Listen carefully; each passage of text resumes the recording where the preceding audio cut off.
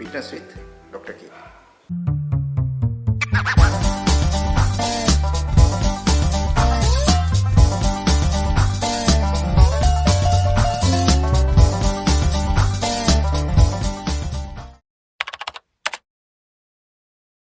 අපි බලමු දැන් මොකද මේ දියවැඩියාව කියන්නේ කියලා. අපි දන්නවා දැන් අපේ රුධිරේ සාමාන්‍ය ග්ලූකෝස් මට්ටමක් තියෙනවා. ඕගොල්ලන්ගේ තියෙනවා මගේත් තියෙනවා. ඉතින් මේක මේ සාමාන්‍ය මට්ටමට වඩා ඉහළ අගයකට යන එක තමයි අපි සාමාන්‍ය දියවැඩියාව කියලා හඳුන්වන්නේ. ඉතින් අපි දන්නවා සාමාන්‍ය කෙනෙක්ට එයාගේ ශක්තිය විදිහට ග්ලූකෝස් භාවිතා කරන්න. එහෙම නැත්නම් සෛල තුළට ඇතුල් කරගන්න ඉන්සියුලින් කියන හෝමෝනය අවශ්‍යයි. දැන් මේ දියවැඩියාව රෝගියේ මොකද වෙන්නේ? දියවැඩියාව රෝගය වෙන්නේ එක්කෝ ඉන්සියුලින් අධිකමක් වෙනවා. එහෙම නැත්නම් අපේ ශරීරයේ සෛල ඒ ඉන්සියුලින් වලට ප්‍රතිචාර දක්වන්නේ නැති ගතියක් තියෙනවා. ඉතින් මේක තමයි මේ දියවැඩියා රෝගෙදී මූලිකම වෙන්නේ. අපි බලමු ඇයි මේ මෙච්චර අපි දියවැඩියා රෝගය ගැන කතා ගන්න කියලා. දැන් එක හේතුවක් තමයි ඔයාලට හදිසියෙම heart attack එකක් ඇති වෙන්න පුළුවන්. එහෙම නැත්නම් ඔයා අංශභාගය වගේ රෝගයකට භාජනය වෙන්න පුළුවන්. එහෙම නැත්නම් විශේෂයෙන්ම අපි කතා කරොත් මේ ඇස් ගැන. ඔයාගේ ඇස් අන්ධ වෙලා යන්න උනත් පුළුවන්. ඒ වගේම වකුගඩු අක්‍රිය වෙන්න පුළුවන්. එහෙම නැත්නම් ඔයාගේ ස්නායු වලට අහිතකර විදිහට බලපාලා ඒ වගේ ගැටලු ඇති වෙන්නත් පුළුවන්. දැන් ඔයගොල්ලෝ දැකලා ඇති සමහර වෙලාවට සමහර දියවැඩියා රෝගීන්ගේ පාදපව අහිමි වෙලා තියෙනවා. ඉතින් මේ තත්ත්වයටපත් වෙන්න අපි කවුරුත් කැමති නැහැ. ඒකින්ද තමයි අපි මේ ගැන විශේෂයෙන් කතා කරන්නේ. දැන් ඔයගොල්ලන් දන්නවා විශේෂයෙන් මේකට ඖෂධ ප්‍රතිකාර තියෙනවා. තව ක්‍රම දෙකක් තියෙනවා. එකක් තමයි අපි මේ කියන ලයිෆ්ස්ටයිල් මොඩිෆිකේෂන්ස් කියලා මෙයාට. එකක් අපේ ව්‍යායාම. අනික එක තමයි ආහාර පාලනය. දැන් ඕගොල්ලන් හොස්පිටල් එකකට ගියොත් හරි ක්ලිනික් එකකට ගියොත් හරි එහෙම නැත්නම් ඔයාගේ ෆැමිලි ડોක්ටර් හම්බුනොත් හරි ඔයාට ඖෂධ ප්‍රතිකාර ගන්න පුළුවන්. ඒ වගේම ඔයා ආහාර පාලනය ගැන මම හිතන්නේ මේ වෙනාට ගොඩක් දේවල් දැනගෙන තියෙනවා. ඉතින් මම ඒ ගැන කතා කරන්න යන්නේ දැන් ඒ වුණාට අපි ගොඩ දෙන මේ ව්‍යායාම ගැන දන්නේ නැහැ. කොහොමද හරියට ව්‍යායාම කරන්නේ දියවැඩියා රෝගය කියන එක. දියවැඩියා රෝගයේ හරියට ව්‍යායාම කරලා එයාගේ උදරගත ග්ලූකෝස් ප්‍රමාණය කොහොමද අඩු කරගන්නේ කියන එක ගැන හරිය අවබෝධයක් ඕගොල්ලන් නැහැ. ඒක නිසා තමයි අපි ඒ ගැන අද කතා කරන්න බලාපොරොත්තු වෙන්නේ. අපි බලමු අපි ව්‍යායාම කරද්දී මොකද වෙන්නේ කියලා. දැන් ඕනම කෙනෙක් ව්‍යායාම කරන ශක්තිය ඕනනේ. මේ ශක්තිය අපිට ලැබෙන්නේ ග්ලූකෝස් වලින්. මුලින්ම අක්මාවේ සහ මාංශ පේශි වල තැන්පත් වෙලා තියෙන ග්ලයිකෝජන් ග්ලූකෝස් කරලා අපිට ශක්තිය ලබා දෙනවා. දැන් ඒවා ඉවරුණාට පස්සේ අපේ රුධිරයේ තියෙන ග්ලූකෝස් අපි ප්‍රයෝජනට ගන්නවා. ඒ වගේම අපි කියන ඇඩිපෝස් ටිෂු එක. එහෙම නැත්නම් අපේ මේද පටකේ තියෙන මේදය ශක්තිය බාහිර පරිවර්තනය කරලා අපේ ව්‍යායාම වලට ලබා දෙනවා. අපි ව්‍යායාම කරනකොට අපේ මාංශ පේශි හොඳට ක්‍රියා කරනවා. අපි කියනවා මසල් කන්ට්‍රැක්ට් වෙනවා කියලා. ඒතකොට මේ මසල් කන්ට්‍රැක්ට් වෙනකොට අපේ ශරීරයේ ග්ලූකෝස් ප්‍රවාහනය කරන ට්‍රාන්ස්පෝර්ට් එකක් අපි කියනවා GLUT4 කියලා. එකෙන් ග්ලූකෝස් මාංශ පේශි තුළට ඇතුල් කරනවා. ඉතින් මේ GLUT4 කියන ඒ ට්‍රාන්ස්පෝර්ට් එක ශරීරයේ වැඩි වෙන්න පටන් ගන්නවා. එතකොට දැන් ඉන්සියුලින් වලින් ස්වාධීන වුණත් අපිට පුළුවන් අපි ව්‍යායාම කරනකොට අපේ මාංශ පේශි තුළට මේ ග්ලූකෝස් ඇතුළු කරගන්න. මේක එක හේතුවක් තමයි අපේ ශරීරයේ ග්ලූකෝස් ප්‍රමාණය අඩු වෙන්නේ. තව හේතුවක් තමයි ව්‍යායාම කරනකොට දැන් අපි අර ඉස්සෙල්ලා කිව්ව ඉන්සියුලින් වල සෛලවල තියෙන සංවේදීතාවය වැඩි වෙනවා. එතකොටත් පහසුවෙන්ම ග්ලූකෝස් ශරීරයේ ඒ සෛල තුළට ඇතුල් කිරීමේ හැකියාව වැඩි වෙනවා. ඉතින් මේ හේතු දෙකම හින්දා අපේ රුධිරගත ග්ලූකෝස් මට්ටම අඩු වෙන්න පුළුවන්. සාමාන්‍යයෙන් මේක පැය 2ක් පැය 72ක් අතර කාලයක් යනකම්ම සිද්ධ වෙන්න පුළුවන්. කෙනෙක් ටිකට ව්‍යායාම කරනවා. එතකොට යාට ප්‍රතිලාභ ගණනාවක් එනවා.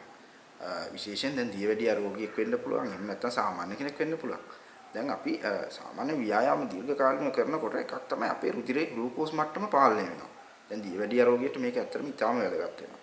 ඊට අමතරව ලොකු ප්‍රයෝජනයක් තමයි අපේ ශරීරයේ බර අඩු වෙනවා. දැන් දියවැඩියාවත් එක්ක අත්වල බැඳගත්තම දෙකක් තමයි මේ තරබාරුකම සහ අදිබර කියන්නේ. ඉතින් ඒකෙන් අත් මිදෙන්නත් අපිට මේ ව්‍යායාම කියන එක ඉතාම වැදගත්. ඊට අමතරව අපේ අහිතකර කොලෙස්ටරෝල් ප්‍රමාණය සහ අපේ රුධිර පීඩනය අඩු කරන්නත් මේ ව්‍යායාම වැදගත් වෙනවා. දැන් අපි දන්නවා විශේෂයෙන්ම මේ දියවැඩියා රෝගියෙක් හෘද රෝග වලට ගොදුරු වීමේ ප්‍රවණතාවයක් තියෙනවා සාමාන්‍ය කෙනෙකුට වඩා 3 ගුණයකින් විතර. ඉතින් ඒක නිසා මේ දේවල් අඩු කරගන්නත් විශේෂයෙන්ම ව්‍යායාම වැදගත් වෙනවා. දැන් ඊට අමතරව දැන් දියවැඩියා රෝගියෙක් මානසික අවපීඩනයකටත් ලක් වෙන්න පුළුවන්. අපි කියනවා ડિප්‍රෙෂන් කියලා. මේක අඩු කරගන්න විශේෂයෙන්ම වැදගත් වෙන දෙයක් තමයි මේ ව්‍යායාම කියන එක. දැන් අපි ගොඩ දෙනෙක් කැමති නැන්නේ මේ ගොඩාක් බේත් බොන්න. ඉතින් ඒකෙන්ද දැන් ව්‍යායාම දිගටම කරගෙන යනකොට විශේෂයෙන් දියවැඩියා රෝගීන්ට පුළුවන් වෛද්‍යවරයාගේ අධීක්ෂණය යටතේ එයාගේ ඖෂධවල මාත්‍රාව ටික ටික අඩු කරන්න. මේක අනිවාර්යයෙන්ම වෛද්‍යවරයාගේ අධීක්ෂණය යටතේම තමයි කරන්න ඕනේ. දියවැඩියා රෝගීන්ට කොහොමද අපි මේ ව්‍යායාම කියන දේ නිර්දේශ කරන්නේ කියලා. නැත්නම් ඔයගලන්ට අපි කොහොමද ව්‍යායාම කරන්න කියන්නේ කියලා. මේක අපි ක්‍රමයකට තමයි කරන්නේ. අපි මෙතනදී කියනවා මේ ෆිට් ප්‍රින්සිපල් කියලා. ෆිට් කියන්නේ F කියන්නේ අපි ෆ්‍රීකවන්සි. එහෙම නැත්නම් ඕගොල්ලන් කොච්චර වාර ගණක් ඒ ව්‍යායාම කරනවද කියන එක. I කියන්නේ ඉන්ටෙන්සිටි. ඒ කියන්නේ අපි ව්‍යායාමයේ තීව්‍රතාවය කොච්චරද කියන එක. ඊළඟට ටයිම් එක. කියන්නේ අපි කොච්චර කාලයක් මේක කරනවද කියලා. ටයිප් කියන්නේ මොකද්ද ඕගොල්ලන් කරන ව්‍යායාම වර්ගය කියන එක. ඉතින් මේක අනුව තමයි අපි දියවැඩියා රෝගියෙක්ට ඒ ව්‍යායාම නිර්දේශ කරන්නේ. දියවැඩියා තියෙන රෝගියෙක්ට අපි මොනවද නිර්දේශ කරන ව්‍යායාම කියලා. අපි මෙතනදි ප්‍රධාන ව්‍යායාම වර්ග දෙකක් ගැන කතා කරනවා. එකක් තමයි ස්වායු ව්‍යායාම. අනික එක තමයි මේ මාංශ පේශි ශක්තිමත් කිරීමේ ව්‍යායාම ගැන. දැන් මොකද්ද ස්වායු ව්‍යායාමයක් කියන්නේ? අපි සරලව කියනවා නම් ඔක්සිජන් භාවිතා කරලා ශක්තිය නිපදවන වෙන කරන ව්‍යායාම වලට තමයි අපි ස්වායු ව්‍යායාමයක් කියන්නේ. ඉතින් මොනවාද ඒවට උදාහරණ? දැන් ඕගොල්ලෝ සාමාන්‍ය වේගෙන් ඇවිදිනවා. එහෙම නැත්නම් දුවනවා. බයිසිකල් පදිනවා. එක තැන පදින බයිසිකල් එකක් වෙන්නත් පුළුවන්. අපි කියන ස්ටේෂනරි බයිසිකල් කියලා. එහෙම නැත්නම් ඩාන්ස් කරන්න පුළුවන්. එහෙම නැත්නම් පිහිනනවා. එහෙම නැත්නම් දැන් අපි හිතමු ගෙවත්තේ ඕගොල්ලන් සාමාන්‍යයෙන් ගෙදරදී කරන දෙයක්. උදාහරණයක් විදිහට බැඩ්මින්ටන් වගේ ක්‍රීඩාවක්. මේ ඕනම දෙයක් ස්වායු ව්‍යායාමයක් විදිහට ඕගොල්ලන්ට ගන්න පුළුවන්. දැන් සතියකට මේ වගේ ව්‍යායාම කොච්චර කරන්න ඕනද කියලා. සාමාන්‍යයෙන් උගලන් අඩුම ගානේ දවස් 3ක්වත් කරන්න ඕනේ මේ වගේ ව්‍යායාමයක්. ගොඩක් හොඳයි ඕගොල්ලන්ට දවස් 5ක් කරන්න පුළුවන්. හැබැයි මෙහෙම දෙයක් තියෙනවා. දැන් ඕගොල්ලන් ව්‍යායාම කරනවා නම් ඒ අතර කාලේ දවස් 2කට වඩා වැඩි වෙන්න බෑ. මොකද දැන් මම කලින් කිව්වා වගේ ඕගොල්ලන් සාමාන්‍යයෙන් ග්ලූකෝස් ප්‍රමාණය අඩු කරලා තියාගන්න පැය 72ක් විතර තමයි ව්‍යායාමය කියන්නේ. අපි මොන වගේ ඉන්ටෙන්සිටි එකක්ද එහෙම නැත්නම් කොච්චර තීව්‍රතාවයකින්ද මේ ව්‍යායාම කරන්න ඕනේ විශේෂයෙන් දියවැඩියාව තියෙන කෙනෙක්.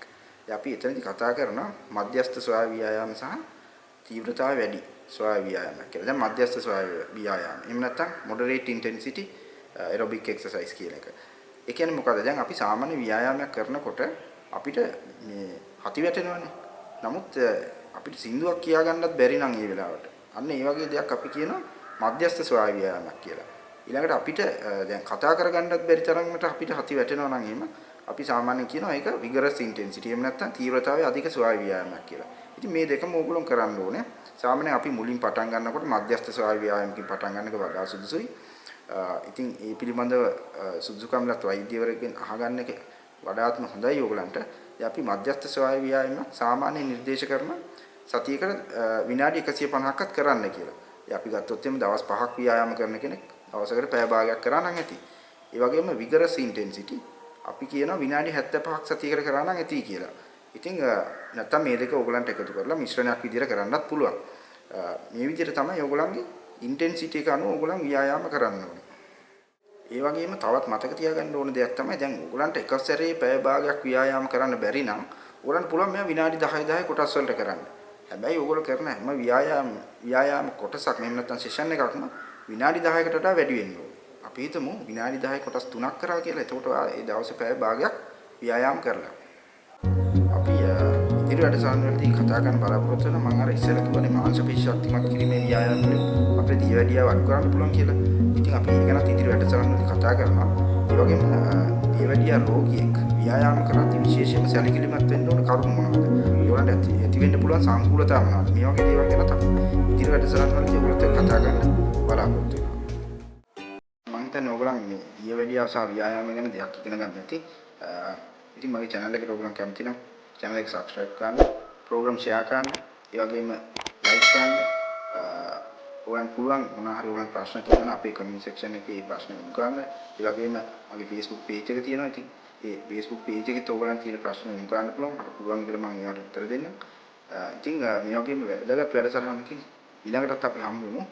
දැන් දින්නේ මාත් එක්ක fitness with Dr. K.